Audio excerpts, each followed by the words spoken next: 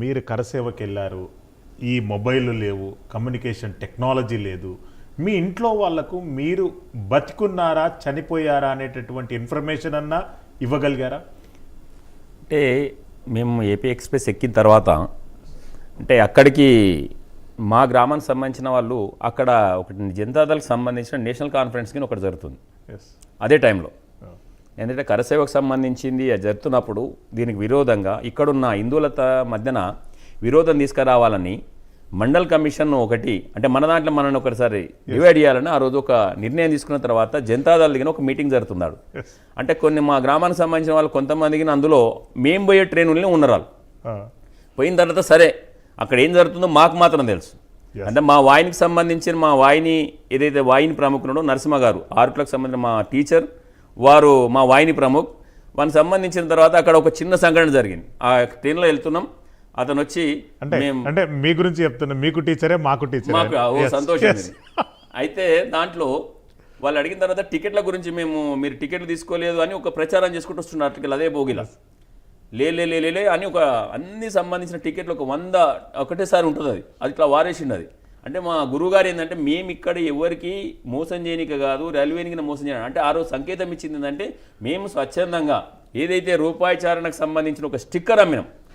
అంటే గ్రామం సంబంధించిన జోలో పట్టుకున్న తర్వాత ఏదైతే డబ్బులు ఇచ్చారో ఆ డబ్బులకు సంబంధించింది ఆయా అమౌంట్తోనే మనం పోయినాం. అంటే టికెట్ కొనుక్కొని పోయినాం. అంటే ఎవరిని మోసం చేయాలని ఉద్దేశం.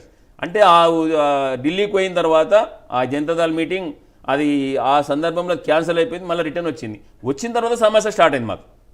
ఎందుకంటే ఇక్కడ దీంతో పాటు వేల మంది ముస్లిం సోదరులు పోతుర్రు, అక్కడ పెద్ద గొడవ అవుతుందని ఇక్కడ చెప్పడం మేము వచ్చిన తర్వాత తెలిసింది ఇదంతా మాకు. రెండవది అక్కడైతే కాశీలో అరెస్ట్ అయిన తర్వాత కాశీలో 2 రోజులు మమ్మల్ని అక్కడనే పెట్టారు రైల్వే స్టేషన్లోనే. చేసిన తర్వాత అక్కడి నుంచి దాదాపు 70 కిలోమీటర్ల దూరం ఉన్న మిర్జాపూర్ జైలుకి తీసుకెళ్ళారు. అంటే అప్పటికి మా దగ్గర తినడానికి మాకున్న ఏదైతే మాకు ఇచ్చిన సూచన ప్రకారం పాల పౌడరు, బిస్కెట్లు అంటే మొత్తం దొరకనప్పుడు అవి తినాలి అని మాకున్న కిట్టే ఉంటుంది. అది అంటే ఎవరిని మేము అంటే 2 రోజులు 3 రోజులు అయినా బతకగలుగుతాం మేము ఒకవేళ తిండి దొరకకుండా ప్రిపేర్ అంటే అక్కడ ఉన్న సూచనకి అదే మా బ్యాగ్ ఒకటి ఉంటుంది, ఆ ట్రావెల్ బ్యాగులే మాకు అన్నీ ఉంటాయి. అవి అంటే మాకున్న ఆ రోజు ఉన్న పరిస్థితుల దగ్గర ఏది లగేజ్ అంటే బట్టలు కాదు, కేవలం లక్ష్యం మాత్రం ఒకటి, బట్టలు ఒకటి మార్చుకోవడానికి మాత్రం ఒకటి ఉండాలి.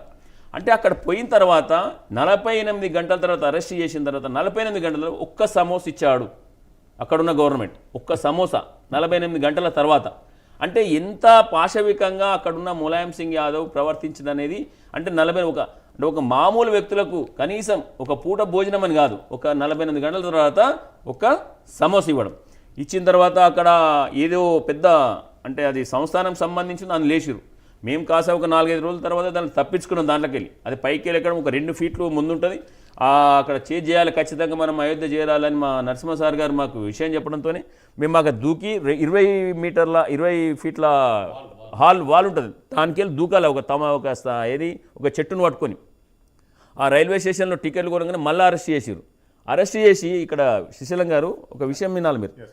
స్వాతంత్ర ఉద్యమంలో కేవలం అక్కడ స్వాతంత్ర ఉద్యమాన్ని ఏదైతే చేస్తున్న వాళ్ళను ఆ మిర్జాపూర్ జైల్లో కోట్ నీళ్ళు ఉంటాయి. అక్కడ కోట్ నీస్ అంటే మనం పడుకోనికి రాదు, నిలబడనికి రాదు, అంటే ఖాళీ ఇలా ఓన్లీ కూర్చోవాలని అటువంటి కోట్ నీళ్ళలో వేశారు మమ్మల్ని. చేసిన తర్వాత అక్కడ ఉన్న మిర్జాపూర్ జనం అంతా అంటే ఇలా కరసేవకులంతా కోట్ నీళ్ళలో వేసిరని మొత్తం మిర్జాపూర్ మొత్తం బంద్ పిలిపించింది. అది బంద్ పిలిపించడంతో మొత్తం దిగొచ్చిన ఎక్కడున్న యంత్రాంగం అంతా.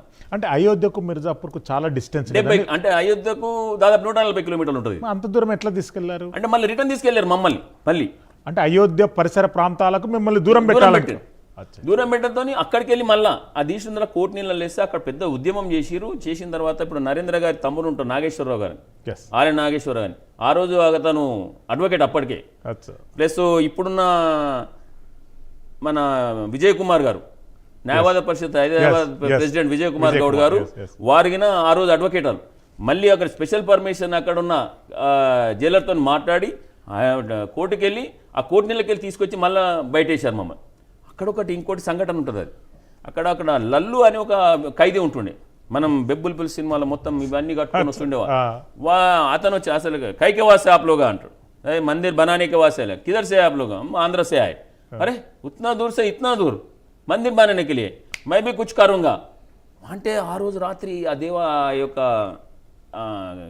ఏదైతే జైలు ఉందో జేడు గోల్డ్ బట్టలు కొట్టిండు నాకేమర్థం ఇప్పుడేం లైఫ్ పడ్డది నాకు శిక్షలనే ఉన్నా నేను నన్ను ఏం చేయలేరు వీళ్ళని అంటే అలాంటి అక్కడ ఖైదీలంగిన మార్చిన శక్తి కరసేవకులది ఇంకొకటి వింత మిర్జాపూర్లో అప్పుడున్న వారణాసి ఎమ్మెల్యే మాతో పాటు ఉన్నాడు అతను అచ్చా అప్పుడున్న బీజేపీకి సంబంధించిన వారణాసి ఎమ్మెల్యేగిన మాతో పాటు ఉన్నాడు మిర్జాపూర్ చరిత్ర ఏంటంటే చంద్రశేఖర్ ఆజాద్ జరిగిన అదే జైల్లో పెట్టిర్రు అచ్చా అదే జైల్లో మీరందరూ మేమున్నాం కానీ అక్కడున్న అంటే సరే వాడు మూర్ఖుడైనా సరే ఎవరు అక్కడున్న గవర్నమెంట్ ఆ రోజు ములాయం సింగ్ది కానీ మీ ఏదైతే చంద్రశేఖర్ ఆజాద్ ఉన్న సంబంధించిన ఏదైతే ఆయన ఉన్న ప్లేస్ ఉందో అది అందరు ఖచ్చితంగా ప్రతిరోజు దాన్ని ప్రదక్షిణ చేయాలి దాన్ని ఆ ఉన్న ప్లేస్ను వెరీ గుడ్ అంటే మాకు గిన ఒక అవకాశం దొరికింది చంద్రశేఖర్ ఆజాద్ ఉన్న జైల్లో మేము గిన ఉన్నాం అంటే అక్కడ ఉన్న ప్రమాణ పత్రం ఇచ్చారు మీరు ఇన్ని రోజులు జైల్లో ఉన్నారు మీరు అని అంటే ఒక విరోచితమైన గాథలు ఒక్కొక్క కరసేవకు సంబంధించింది అంటే